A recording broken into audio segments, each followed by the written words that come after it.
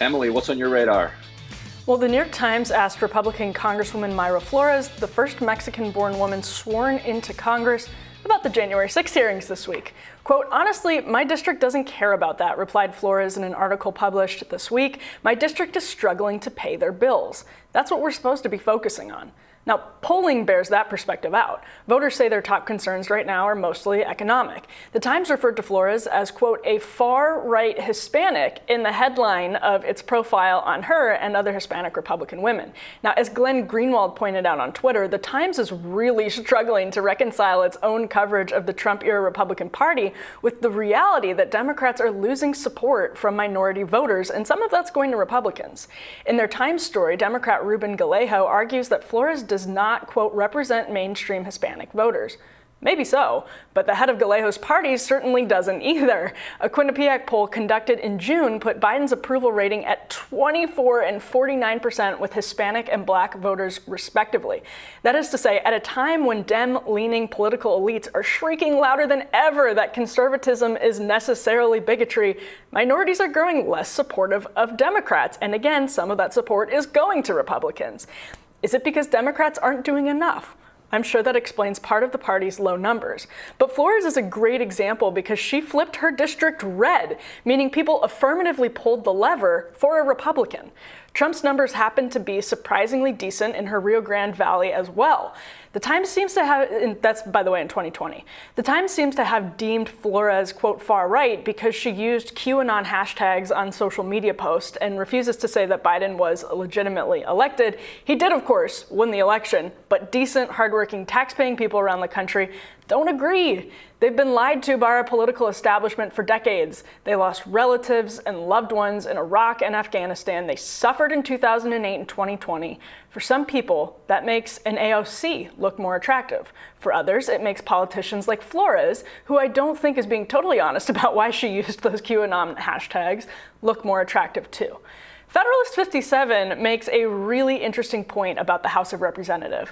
Quote, who are the electors of the federal representatives, it reads, not the rich more than the poor, not the learned more than the ignorant, not the haughty heirs of distinguished names more than the humble sons of obscurity and unperpetuous fortune. The electors are to be the great body of the people of the United States. Then it continues, no qualification of wealth, of birth, of religious faith, or of civil profession is permitted to fetter the judgment or disappoint the inclination of the people. That is a hard pill for the ruling class in D.C. especially to swallow. It was not executed perfectly at the time of the founding, that is for sure.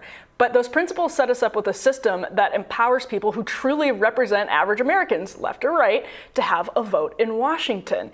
That principle was profoundly radical for the time that it was written. But rather than grappling with their role in the institutional distrust that's pushed Flores and her district right or sent, let's say, Joe Crowley packing, our elites have nothing but contempt for people who think like Flores. They don't understand it, but they know that it's beneath them. Now, neither Marjorie Taylor Greene nor Alexandria Ocasio-Cortez are my favorite members of Congress. I remember actually after Cori Bush won her primary, Crystal and I interviewed her right here the next morning. I disagree with Bush on a lot, but I know she speaks for people in her district who have suffered. She'll of course get nicer coverage than Flores will, but she won't be taken seriously by everyone at the DNC. Now enter Ben Smith. His interview with Tucker Carlson yesterday made headlines, and it should be taught in journalism classes as an example of what social scientists have been warning about for years, elite sorting. Tucker is one of the few true class traders in media, but let's assume for the sake of argument that everything he says and believes is wrong. Let's just put that assumption out there.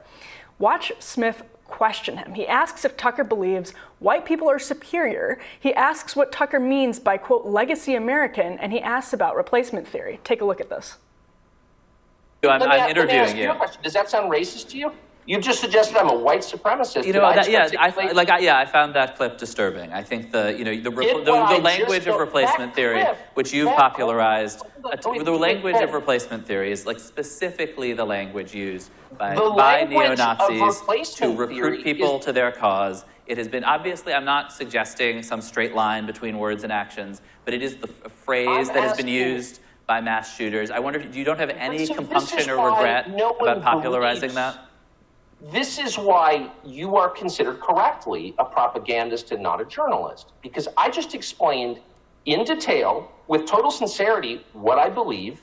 You ignored it and invoked mass shooters. So that's not what you just did. I asked you how you felt about it. I actually do want to ask you about something. I'd like to ask about something that actually I think we probably have more common ground on. This is revealing how ridiculous you are, and I think it's evident to any fair person watching. I guess I'm trying to give you an opportunity to respond to things that have been said and written about you, but let's move to something that I'm really not looking to have a Does this sound like a racist ideology? And you're like, I'm disturbed by the Media Matters clip for 8 seconds. Like, are you being serious? Okay, so media elites operate on these like crude stereotypes of the people with whom they disagree, and that clip is great because it shows how easily those stereotypes are demolished when you bring them face to face with the actual people being demonized. It shows the worldview there is kind of a house of cards. And Smith is a smart guy. He actually started the interview by saying he watches Tucker's show. That gives him an advantage over some other journalists, to be sure, but when you come to a task like that with the lens of identity politics fixed on your eyes, you'll never really see critics fairly because that lens discredits critics as bigots. That is built into the premise of the lens, actually. People who dissent from every tenet of cultural leftism are perpetuating bigotry or insufficiently anti-racist and are thus bigots themselves. You saw this play out with J.K. Rowling. Now, at one point, Carlson told Smith, quote, "This is why you are considered correctly a propagandist and not a journalist, because I just explained in detail with total sincerity what I believe. You ignored it and invoked mass shooters. This is revealing how ridiculous you are, and I think it's evident to any fair person watching." I would hope so. But Smith is not intentionally a propagandist. It recalls Noam Chomsky's famous 1996 interview with Andrew Marr. Quote, "How do you know I'm self-censoring?" Marr asked. Quote, "I'm not saying you're self-censoring," said Chomsky. "I'm sure you believe everything you say. But what I'm saying is if you believed something different, you wouldn't be sitting where you're sitting," said Chomsky. Now, Smith isn't trying to carry water for Democrats or elites. He's not doing it on purpose, but it's actually fundamental to what he does. And what's so frustrating is that it doesn't have to be. Again, let's, for the sake of argument, imagine Tucker Carlson is wrong about absolutely everything he says. Probably a lot of you agree with that. Is he a bigot? Well, the difference between a crackpot and a bigot is vast and meaningful. But even after the host of Celebrity Apprentice beat the former Secretary of State in a presidential election, the media said she would win easily. They refuse to see anything but illegitimacy and bigotry in the people who think differently from them. It will create, actually, more Mayra Floreses despite their best efforts. Ryan, Ben Smith's been around the sort of media landscape, and Tucker Carlson has as well, for a very long time. And this interview was just such a good example of somebody trying really hard to make a point that crumbled. And again, think whatever you want about Tucker Carlson, his answers in substance to the questions Smith was making, I think were much more substantive than the questions themselves. And it's a good example of how you end up with the New York Times going from saying the Republican Party is the party that is like necessarily perpetuating bigotry, et cetera, to a surge of Hispanics identifying as Republicans, and the Times isn't able to reconcile those two things, and Smith isn't able to reconcile his idea of what the Republican Party is with what voters actually believe, and I think that's why it was so hard for him to engage with Tucker, but I'm curious for what your take was on the interview. Well, I think it's hard for him to engage with Tucker because Tucker's saying like 5 different things, all of which contradict themselves, but he's doing it very effectively and very well. It goes to how in this format of a back and forth where he's on the video, he's been doing this for years. He's extremely Tucker Carlson is very talented at this. That he doesn't have to make sense to kind of look like he's making mincemeat of his interviewer, but like just try to unpack what he's saying here. First of all, he says he's not really familiar with this replacement theory. Second of all, he says that the Democratic Party, their entire politics is organized around this replacement theory. So, okay, there you already have one fundamental contradiction. He never ever addresses the question of how on earth you're going to get undocumented people to vote for Democrats. He just leaves that kind of hanging out there, and because he doesn't do a lot of kind of confrontational interviews. He doesn't get pressed on his show, and a lot of mainstream reporters won't, even bother trying to interview him. They'll wind up like Ben Smith does. He doesn't get pressed on this, and I still can't make sense of it. So the Democratic Party's theory is that they're going to allow undocumented people to come across the border so that those people can then vote for Democrats. Yet the Democratic Party is not going to lift a finger for decades to create a pathway to citizenship. The only thing that could actually enable undocumented people to become citizens so they could vote for Democrats, that makes no sense. Followed by your point about Mayra Flores, that a lot of these Hispanic voters are voting for Republicans. So there's the fourth or fifth thing that makes no sense about Tucker Carlson's idea.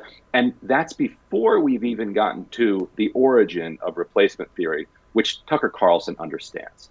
Like that, and so Ben Smith is pressing him on, do you think that white Americans have a particular claim to the United States, what Tucker calls legacy Americans? Because that was the original replacement theory 100 plus years ago, when you had a bunch of Italians and Irish and others coming in who were and they were warning that they're going to destroy America. So he says, no, I don't. Legacy to him, he says legacy Americans are people of any race. Okay, fine, but that's where the replacement theory comes from, and I think it is fair to kind of press him on whether or not he's trying to link it to that legacy. And we are like out of time on this segment. So all I say is that it is, Tucker's show, that point about what constitutes a legacy American, I don't think people should be confused about that if they watch his show, because I think it's pretty clear that he means nothing that's like racially coded, but that it's anybody who lives here now, that American taxpaying citizens, their interests should be in front of people who Democrats, think should be go through the border and then get amnesty, whatever it is. But no, Ryan, I'm glad that, first of all, I'm glad that they had that confrontation, because I think it's helpful. And I'm glad that we had this conversation here, but we have to wrap. We can keep going on this one. Yeah, maybe we should just do a segment on this at some point. But our next guest believes that bitterness is liberals' natural state. Ryan Grimm, who sort of has the sentiment in his name, will respond. Eddie Scarry joins us to expand after this.